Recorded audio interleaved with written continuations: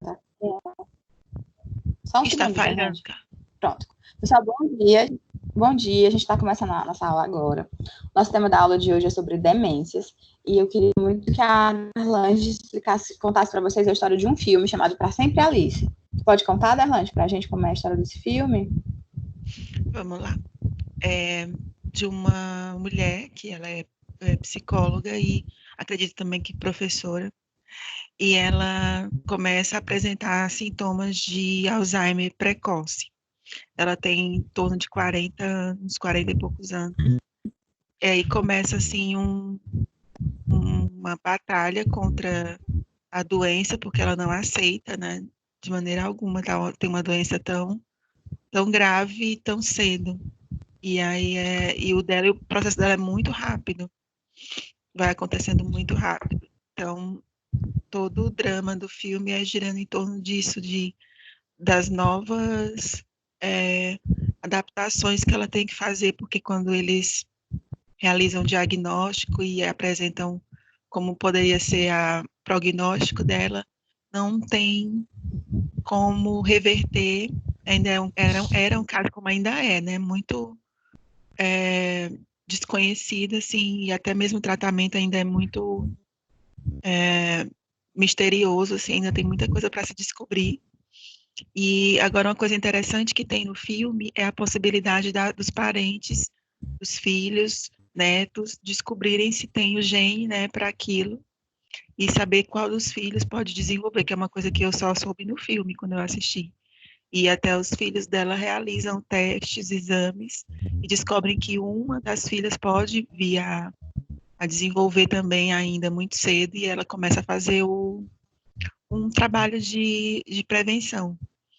Então, ela luta o máximo que pode, né, com todos os recursos que tem para tanto evitar o avanço mais rápido ainda, como também a lidar, né, com a nova rotina, as novas adaptações que ela tem que ter no dia a dia dela. Entendi. É um filme bem emocionante. Eu não assisti esse filme, mas as pessoas falam que é um filme bem emocionante, né, Darlange? Muito, muito. Preparem os lenços. E a demência, gente, ela não é uma doença em si, né? Na verdade, a demência, ela é um grupo de sintomas cognitivos e sociais, né? Acho que a Darlange falou, ela vai lutando ali para viver, né, no dia a dia, assim. Então, como ela é um grupo de sintomas, muitas vezes esses sintomas vão marcar ali disfunções, né? Pelo menos 2 a 3 disfunções no cérebro, que em geral vão impactar bastante a questão da memória e a questão do discernimento, né? Que eu estou falando aí da razão. Então, em geral, a pessoa pode ter, né, um certo declínio mental, dificuldade em acessar determinadas informações, confusão mental, né? As informações passam a ser mais carregadas, embaralhadas na cabeça da pessoa, em especial durante a noite. A pessoa pode ter entrar em processo de desorientação, né? Uma coisa muito comum. As pessoas saírem de casa e não conseguirem voltar, por exemplo.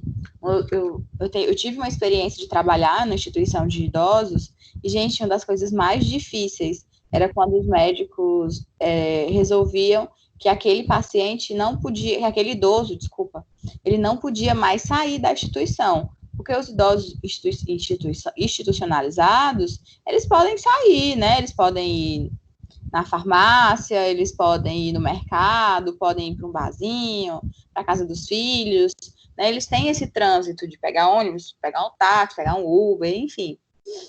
Mas chega um determinado momento, devido às questões de saúde, que a instituição proíbe que eles saiam exatamente com medo deles saírem e não conseguirem mais voltar. Em casos mais graves, as pessoas chegam a perder a capacidade de falar, a capacidade de entender o próprio idioma. Então, você fala com a pessoa, ela realmente não entende o que é que você está falando. Eu até brinquei ontem, que quando eu trabalhei com idosos, até foi uma contada, Arlange, estava na aula de ontem, que quando eu trabalhei na instituição de idosos, eu fiz uma coisa que eu considero horrível, assim, foi bem constrangedor.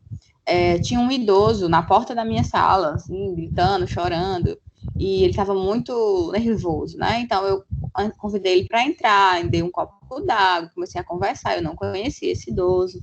Comecei a puxar conversa com ele, né? E ele falando, começou a falar da família, ele começou a falar da mãe. Aí a gente conversando, eu perguntei, mas quando foi que sua mãe morreu? Gente, ele olhou pra minha cara com um desespero tão grande. Minha mãe morreu? Como assim? E começou a chorar, mais desesperado ainda. Aí eu, nossa, devido ao processo de demências, eu não sei exatamente qual processo que ele estava inserido, ele esqueceu que a mãe dele tinha falecido e fui eu que dei a notícia. Então vocês imaginem o quanto é arrasador. Embora ele já fosse bem velhinho, era um senhorzinho já bem.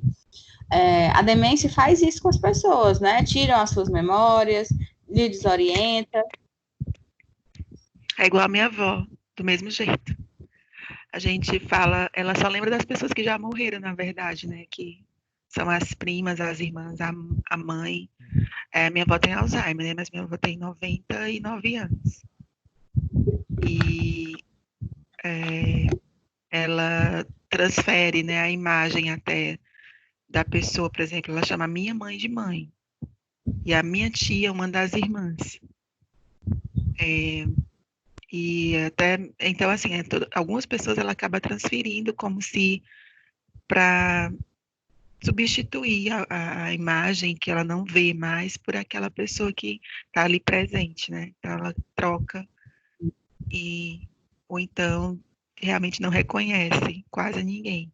Ou de vez em quando dá uma lembrança assim, mas é muito raro. Agora realmente ela lembra só de figuras bem do passado mesmo. E acho mais interessante ela não se reconhecer no espelho. Que a gente mostra e ela diz, quem é aquela mulher tão velha? A gente diz, é você. Aí ela, não, eu não sou tão velha assim. Outra vez ela disse, você é minha avó. Ela disse, eu não tenho neta velha desse jeito. Ela disse assim. Gente, deve ser muito desesperador. Eu gosto muito de fazer essa comparação. É só você imaginar que um dia você vai acordar e você não vai reconhecer as pessoas que estão morando com você. Então, você já imaginou se a cara do seu marido é uma cara diferente, se a cara da sua mãe é uma cara diferente? É realmente muito angustiante, né? É muito sofrido isso. Vocês já devem ter passado por esse processo. Eles estudaram pra caramba para fazer um seminário, para fazer Isso acontece comigo diariamente. Uma apresentação, e de repente você esquece uma palavra. De repente você esquece todo o contexto. Então, o bom e velho deu branco, né? Você estudou muito para aquela prova e de repente você não se dá bem. Então, isso já é angustiante, né? E isso é uma coisa super comum, né? Sobre pressão, sobre estresse. Agora, vocês avaliem passar por isso no dia a dia, com as coisas mais comuns, com as pessoas que vocês mais veem. Então, é um processo muito angustiante, né? De muito sofrimento. E esse sofrimento está muito relacionado com alguns sintomas que a gente vai chamar de sintomas comportamentais. Vão estar envolvidos ali a questão de agressividade, da inquietação, da irritabilidade, né? Mudanças de personalidade. A gente escuta muito isso. Nossa, era uma pessoa tão doce, tão meiga, de repente ficou tão grosseiro, tão agressivo, né? A sensação de que você está um pouco perdido, um pouco vago. Não é incomum, né? Alterações no humor, como ansiedade, ou então uma certa apatia, né? Fica bem assim, nada não tem vontade de fazer nada lhe interessa. Um descontentamento geral com a situação, como a Derlange mencionou, né? Não, eu não tenho uma filha tão velha, não, isso não está acontecendo comigo. E muitas vezes até raiva, né? Também não é incomum alguns sintomas psicológicos, como a depressão, né? Essas pessoas também desenvolverem um pouco de depressão e desenvolverem um pouco de paranoia. Em relação à questão da musculatura, muitas vezes eles perdem, né? Assim, quando a gente vai fazer uma avaliação com o idoso, a gente vai fazer uma avaliação muscular, né? Que é muito comum, principalmente em crianças e idosos. Quem já fez psicomotricidade vai lembrar que a gente fala um pouquinho sobre o diagnóstico. Então, eles têm, sim, uma incapacidade no movimento. Um dos sintomas muito comuns no idoso é o deambular, né? Que é o caminhar. Eles passam a ter um caminhado mais arrastado, como se estivessem arrastando os pés, né? Esse é um sintoma muito comum de algum tipo de demência. né? Passam a ter dificuldades no sono, distúrbios de sono, obviamente a perda de memória é muito comum, até em casos mais graves, que eles passam a ter dificuldade em engolir, por exemplo, dificuldade com seus excrementos, né, fazer xixi, fazer cocô, e a questão das quedas, que eles ficam bem mais suscetíveis, né? Então, assim, as demências, a gente vai falar sobre algumas mais comuns, elas são distúrbios cerebrais, né, que vão estar envolvendo ali, geralmente a medula espinhal, alguns nervos, né? Então, a gente vai conhecer ali uma série de estruturas que estão relacionadas aí à questão da demência, tá? Em geral, a demência não é um processo rápido. No Pra Sempre Alice, ela morre, Interlândia? Sim. Ela morre bem cedo, assim. Ela consegue estender Quanto tempo depois, eles falam? Fala, só não me lembro o tempo, mas ela consegue ainda estender bem o tempo dela, né? Mas ela morre cedo. Para uma pessoa, para uma expectativa normal, né, que a gente tem hoje, ela morre bem, acho que bem antes dos 70 anos, eu acredito. Não me lembro agora exatamente. Mas é bem... Dando spoiler do filme, né? Mas é por aí. Ela vive bastante, então, né? Ela vive quase a metade da vida dela com a mãe. Porque eu realmente não me lembro, mas eu acho que é em torno dos 60, entre 60 e 70 anos. Porque se ela morre com 70 anos, ela viveu metade da vida, né? Assim. Acho que foi antes disso, no filme. Então, vamos aqui. Então, vou falar agora do Parkinson. Você já deve ter ouvido falar na doença de Parkinson, não é isso? Eu lembro como se fosse ontem, a primeira vez que eu ouvi falar de Parkinson, aquele ator que faz o De Volta para o Futuro. Gente, se vocês não assistiram esse filme, por favor, assistam, porque é maravilhoso.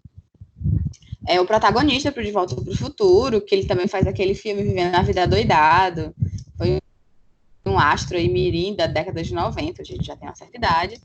E ele desenvolveu Parkinson. Foi a primeira vez, e ele era bem jovem, né? Foi a primeira vez que eu ouvi falar. Isso, foi a primeira vez que eu ouvi falar no Parkinson, né? Então, o Parkinson, ele é bem caracterizado como um tremor em repouso. E geralmente é nas mãos, mas pode ser, sim, em outras partes do corpo, tá? E também caracterizado por uma rigidez muscular. Existe um aumento de resistência passiva do movimento do membro. É por isso que quando vocês vão falar do caminhado, vocês já viram alguém caminhando do jeito que eu falei? A pessoa fica bem dura, se arrastando. Já tem um senhorzinho que mora aqui perto, que ele anda até com a ajuda de um andador. Ele tem esse problema. Pronto, né? Então, é bem isso mesmo. E a gente também tem a hipocinesia, que é a supressão de alguns movimentos voluntários, como, tipo, piscar os olhos, né? Fica bem difícil fazer esses movimentos. E, em geral, o Parkinson, ele vai envolver ali uma série de... a gente vai chamar de circuito cerebral do Parkinson, né? Que vai envolver ali os neurônios, que vai envolver tanto os neurônios receptores, quanto os neurônios os que recebem e os que enviam a informação. Vai envolver ali o núcleo caudado, os ventrículos laterais, os neurônios nigrostriais, a substância negra, o putamen, vai envolver ali uma série de órgãos, né, da estrutura cerebral, que estão envolvidos desde das mensagens agora esqueci o nome. Pronto, do nosso sistema muscular até para nossas mensagens no sistema cerebral. Aqui está a imagenzinha melhor, né, para vocês verem. Lembrei, gente, é para o circuito motor. Então, vai envolver desde o circuito cerebral ao circuito motor, tá? Como eu falei para vocês, quando eu estou falando de demência, uma das principais regiões afetadas são a memória. Então, quando eu estou falando de memória, geralmente existem vários tipos de memória. Existem tanto as questões quantitativas da memória, quanto as questões qualitativas da memória. Entre elas, a gente vai falar das memórias implícitas ou as memórias não declarativas. Em geral, essas memórias são procedimentos que estão relacionados ao aprendizagem motor ou ao melhoramento do movimento pela repetição. Isso vai geralmente estar relacionado aos gânglios da base. E um exemplo é aprender a dirigir. Né? Vocês hoje já dirigem, quem dirige, dentro de uma forma mais automática. Você não fica todo tempo olhando para quem vai aprender a dirigir, no início fica olhando a primeira, a segunda, a terceira. Com o tempo, você vai fazendo essas coisas sem precisar, de fato, estar raciocinando, vai meio que no automático. Essas são as memórias implícitas ou não declarativas. E quais são as regiões do nosso cérebro? Aí entra também escovar os dentes, né? E entre outras funções do nosso dia a dia. Qual é o circuito neuronal responsável pela memória implícita? Então, eu estou falando também da substância negra, como eu já falei para vocês da região envolvida com as demências, os gânglios basais, que também vai estar lá, o córtex pré-motor e o tálamo. Então, em geral, você precisa que esse circuito esteja funcionando de forma saudável para que a pessoa consiga produzir essas memórias implícitas. Inclusive, elas são algumas que mais demoram, né, a gente a perder. Quanto mais a memória é utilizada, geralmente é uma das últimas que a gente perde, né? E na doença de Parkinson também há um impacto nisso, porque com os tremores, as pessoas tendem a ter essa dificuldade. E, diferente do Alzheimer, por exemplo, que ela demora um pouco mais, no Parkinson são as regiões mais afetadas.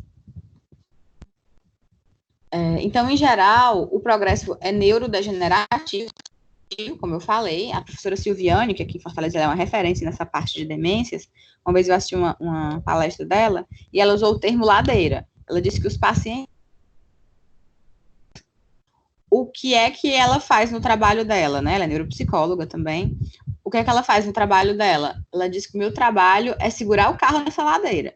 A gente não vai curar, a gente não vai mudar o que está acontecendo, mas a gente vai se esforçar ao máximo para que esse carro pare no meio da ladeira e fique ali o maior tempo possível. Então, em geral, como a gente já tinha comentado, os gânglios da base, o corpo estriado vão estar envolvidos e, em geral, vai impactar num déficit de controle motor e também um déficit de memória. Então, em geral, na doença de Parkinson, você vai ter um distúrbio ali progressivo do movimento. A pessoa geralmente vai ter um tremor em repouso, uma rigidez muscular e uma brandicinesia. Vocês sabem o que é brandicinesia?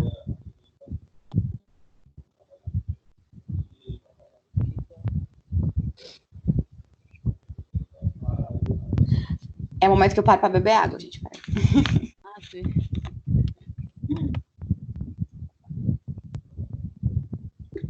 É uma lentidão nos movimentos.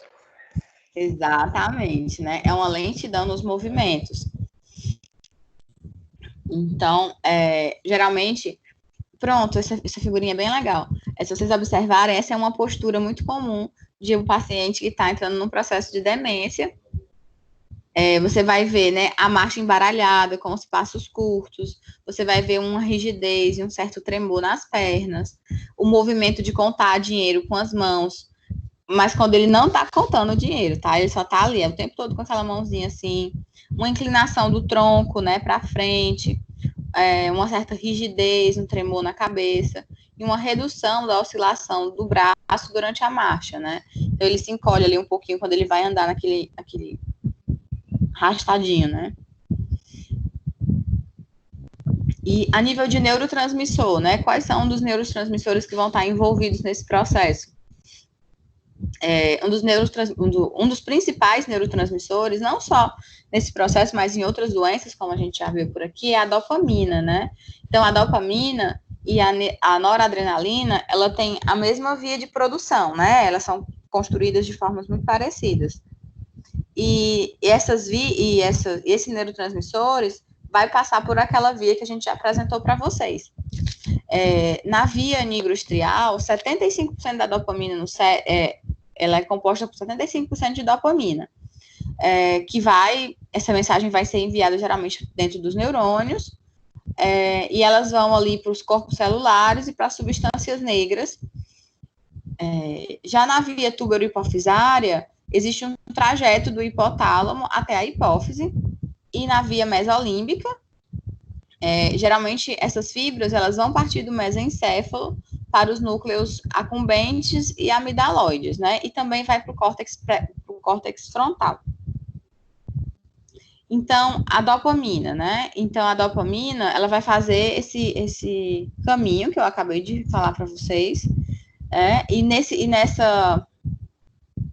percurso podem acontecer muitas coisas, entre elas, ou então quando esse percurso não acontece a contento, é aí que o paciente, né, o sujeito vai ter essa série de atrasos no movimento e que vai trazer uma série de impactos, né? Então, como é que funciona o ciclo de vida dos neurotransmissores? Isso é super importante para a gente tentar entender um pouco como funcionam as medicações, né? Então, os neurônios, esses neurônios, geralmente, eles precisam de um neurônio transmissor, né? Que são os canais, e esses neurotransmissores são desenvolvidos e são enviados são enviados para os canais receptores. Nesses canais receptores, há os canais de recaptura, né? Esses neurônios são capturados, e esses neurônios geralmente são formados por proteínas, que ajudam nesse processo de transmissão. Depois, essas proteínas, existem umas proteínas de degradação, que vão degradar esse neurônio, proteínas de degradação, que vão degradar esse processo, para que esses neurônios eles possam entrar no que a gente vai chamar de neurônios pós-sinápticos, né? Que é depois que a informação é enviada. Então, o nosso organismo, ele vai produzir e depois ele vai ele vai degradar esse neurônio para que essa informação seja retida e o processo continue, né? Então, a medicação, ela também funciona assim. Ela entra no seu organismo, ela ajuda nesse processo de transmissão, depois ela é absorvida pelo organismo.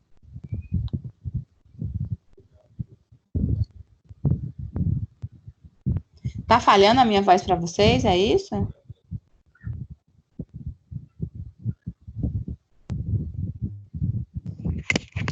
Acho que só para alguns, Carlos, que acho que deve ser por causa da internet também, de cada um, né? Dependendo da internet. Sim, tá bom.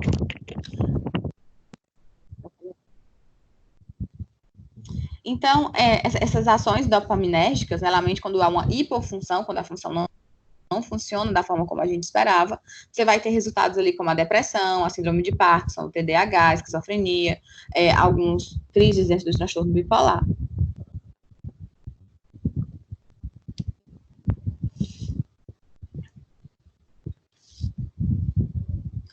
Então, geralmente, agora, as ações como é que a gente divide, né? A questão da dopamina no nosso organismo. Por quê? Porque a dopamina a gente fala muito como se fosse um neurotransmissor da alegria, né? Da felicidade. A dopamina, geralmente, quando a gente fala no nosso dia a dia, a gente fala como se fosse um neurotransmissor positivo. Mas não existe, de fato, um neurotransmissor positivo, ou a gente fala também do corticoide, né? Enquanto a gente fala tão bem da dopamina, a gente fala tão mal do corticoide, do cortisol, gente, desculpa. O cortisol, ele é reconhecido como o neurônio do estresse. Então, mas na verdade, não existe um neurotransmissor da alegria, um neurotransmissor do desprazer. Na verdade, é a forma a quantidade e o local que esses neurotransmissores chegam. Então, a gente vai dizer que existe uma hipofusão, existe uma menor, chega menos dopamina nessas regiões, então, geralmente, elas vão levar ali a depressão, provavelmente foi por causa disso, quando a gente fala da hipofusão de dopaminérgica na depressão, isso ficou associado, né? Não, se eu tenho pouca dopamina, então eu vou ficar infeliz, se eu tenho muita dopamina, eu vou ficar triste. Mas, na verdade, não é isso. É a forma como esse neurotransmissor chega, as informações chegam. Então, quando eu falo de hipofusão, que é a chegada menor, estou falando de depressão, de Parkinson e de TDAH.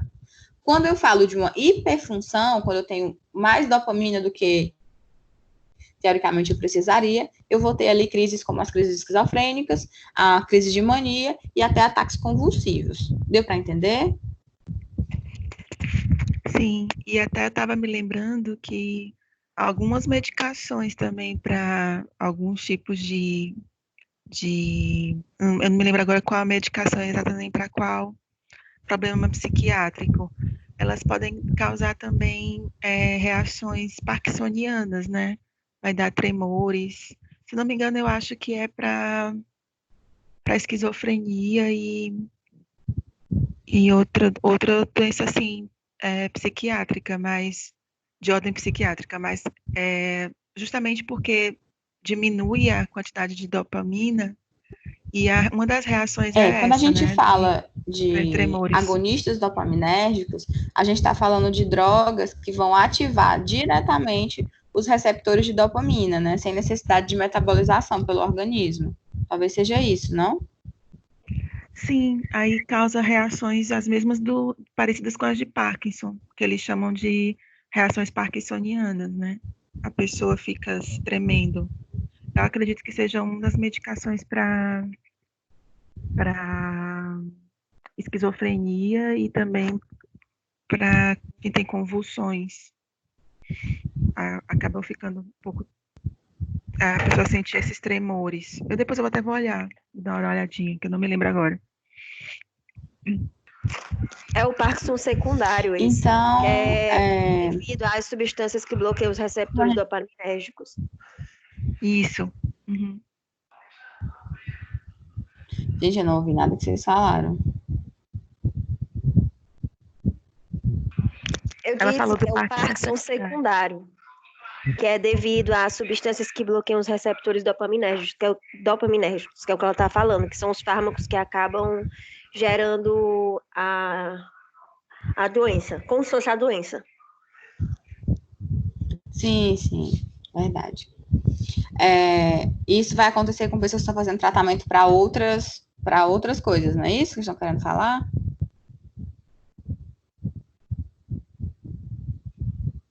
Sim. Isso, Então, assim, geralmente, né, como isso que vocês acabaram de falar, está relacionado com substâncias precursoras de dopamina que vão trabalhar ali na transmissão pré-sináptica. Geralmente, essas medicações elas têm uma meia-vida curta, ali por volta de 2 horas, e geralmente elas vão diminuir aí o avanço da doença, né? Deixa eu ver aqui o nome de alguns desses remédios.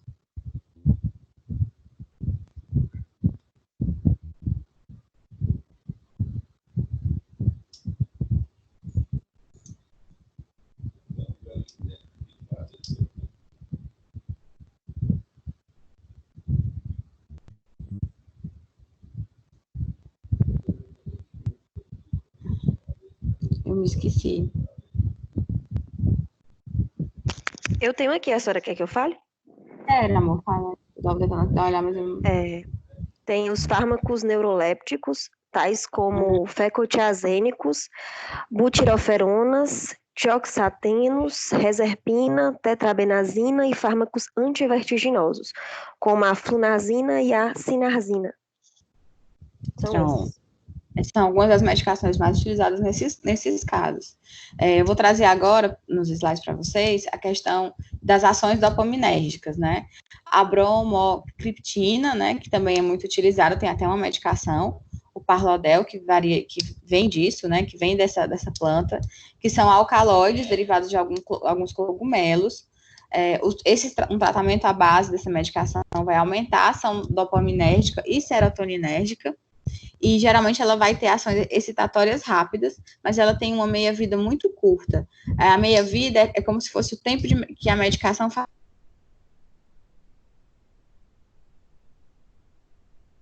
no nosso organismo. Isso é bom também, porque, por exemplo, tem algumas medicações que têm uma meia-vida longa. Então, se você tem uma intoxicação, se você tem algum efeito colateral muito severo, vai perdurar durante muito tempo, mesmo que você não faça mais uso da medicação. E a medicação de meia-vida curta, geralmente, se ela causa algum efeito colateral, você suspende e rapidamente os efeitos colaterais vão surgir, vão desaparecer também. Então, a meia-ação do remédio é muito importante para a gente avaliar se aquele efeito colateral tem a ver com a medicação ou não.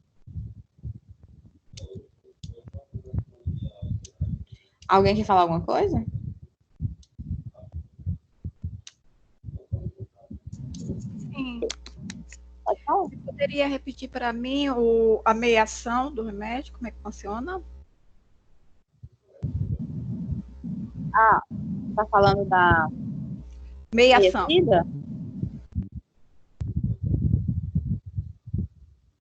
É isso? A meia-vida das medicações? A meia-vida da Não, medicação, você poderia não. repetir?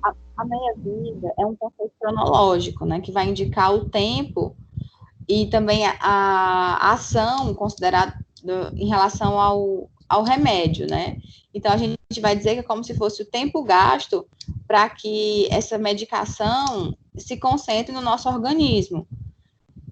E, então, assim, é como se fosse o tempo de ação. A Ritalina, por exemplo, ela é uma medicação que tem uma meia-vida considerada relativamente curta, ela tem uma meia-vida de uma faixa de 4 a 5 horas.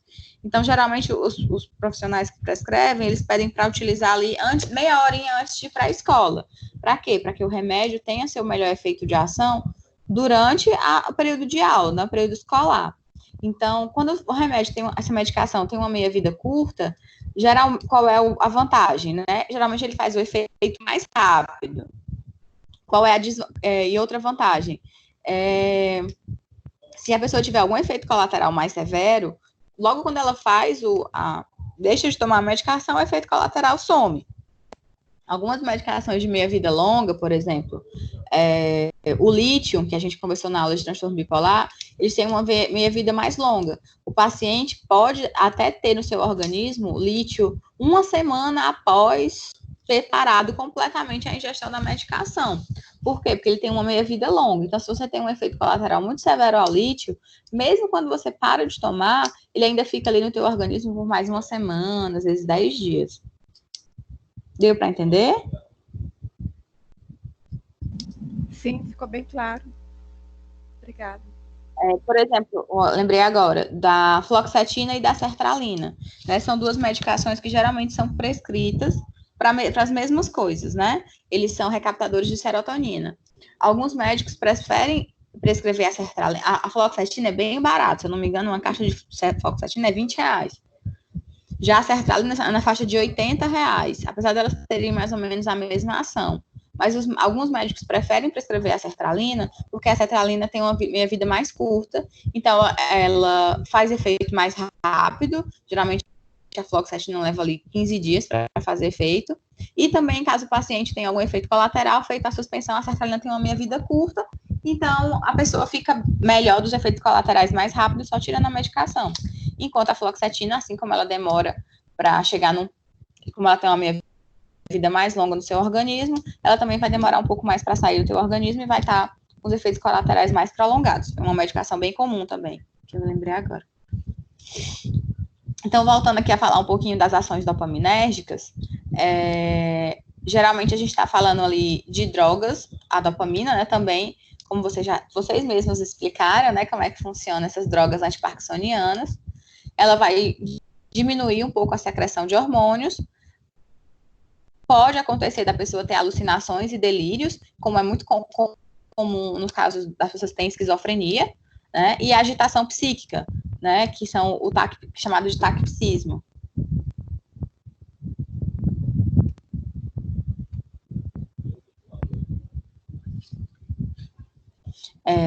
E essas ações dopaminérgicas vai passar pela via dopaminética, que eu já tinha falado para vocês, que está ali na via nigrostrial, na via túbero-hipofisária e na via mesolímbica mesocortical. Quando a gente fala em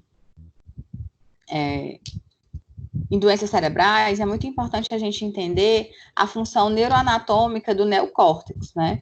Então, o nosso córtex, ele está ali chamado de ações primárias, ações secundárias e ações terciárias, tá?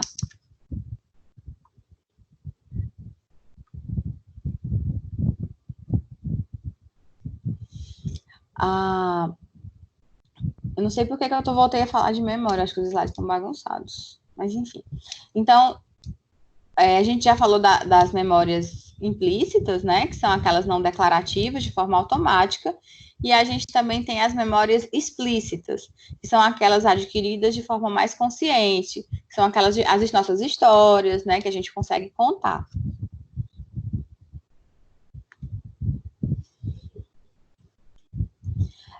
As nossas memórias explícitas, elas geralmente são divididas em duas, que são as memórias episódicas, que vão falar ali de referentes a eventos autobiográficos, e a memória semântica, né, referentes a fatos gerais. Por exemplo, um dia vocês vão conversar com as pessoas e falar como foi o período da pandemia. Vocês vão falar como foi o período da pandemia para vocês, né, as situações do seu dia a dia, e vão falar do que aconteceu no mundo, né, como é que o mundo agiu. Tem um episódio do Explicando da Netflix que é muito legal, que ele pede para as pessoas falarem da sua memória, da sua lembrança, a sua memória sobre o 11 de setembro, né, que foi um atentado terrorista muito nos Estados Unidos, que mexia muito com a população americana. Então, eles pedem para as pessoas contarem, né? E eles relatam que depois de muitos anos, sei lá, 10, 20 anos que aconteceu esse atentado terrorista, a nossa memória ela já mudou muito. Então, é por isso que a gente, quando vai estudar a memória, as memórias episódicas, dependendo do evento, tendem a ser mais fortes, porque tem um caráter afetivo maior, e as memórias semânticas a gente tende realmente a perdê-las ou a modificá-las devido à carga afetiva ser um pouco diferenciada.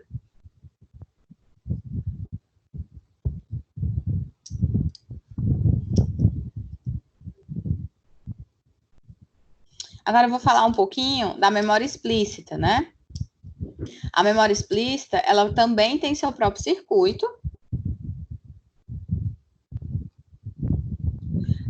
E nesse circuito, ele vai estar ali envolvido o prosencéfalo basal,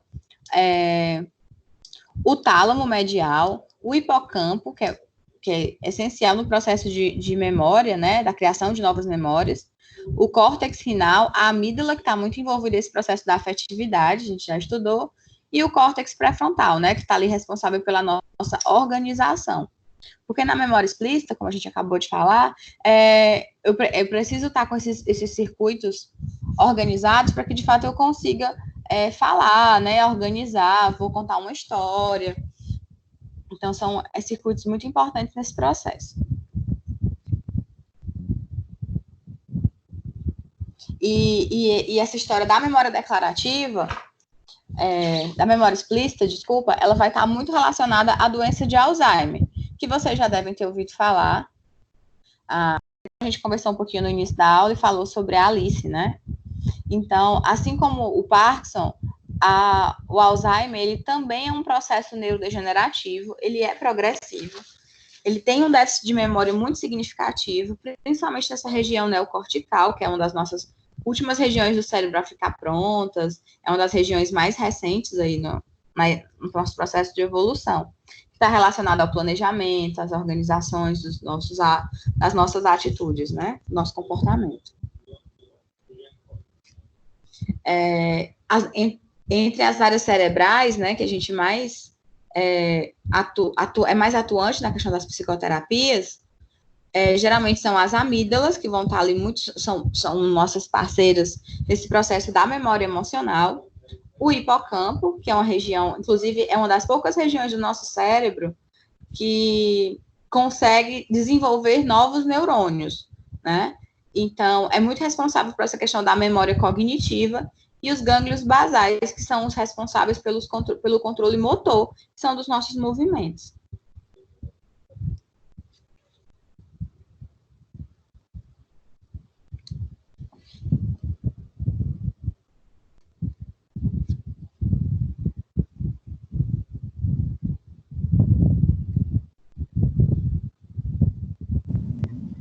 Carla, essas áreas são bem comprometidas, né, na demência.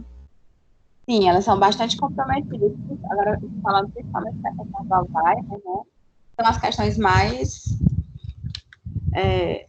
que tem comprometimento mais severo. Então, eu queria que a gente fizesse agora mais ou menos o que a gente fez na aula passada. Eu vou passar o artigo para vocês de novo, desse tema. vou dar um tempinho para vocês e a gente retorna para discutir, pode ser? Sim, pode. Ok. Pode ser.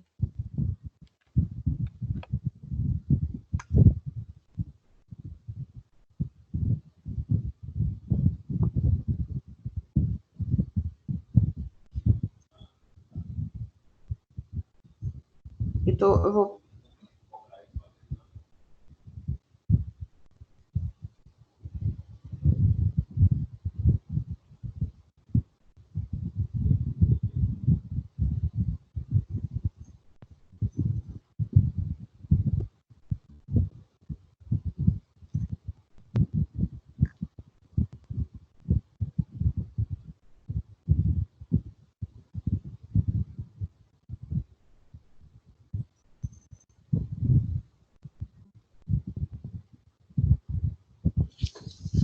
Gente, como a minha internet está bem ruim, eu vou colocar o nome do artigo, vocês pegam aí. É o artigo na apostila é relativo ao texto 9. Mas como a minha internet está muito ruim, eu vou só digitar aqui, tá? Para vocês o nome. Vocês podem pegar da apostila ou vocês procuram o texto na internet, pode ser? Eu passo agora no grupo. Eu tô com o computador aberto aqui. Eu boto lá no grupo. É o texto 9? É o texto 9.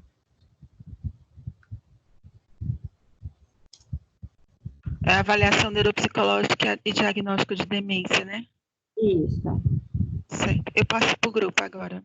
Peraí. Tá bom, obrigada. Deixa eu só dizer aqui o tempo, deixa eu olhar quantas páginas são.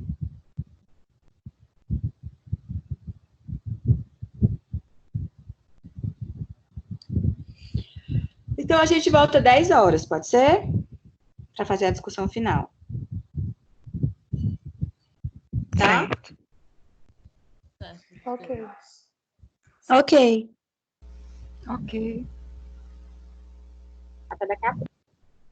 Até.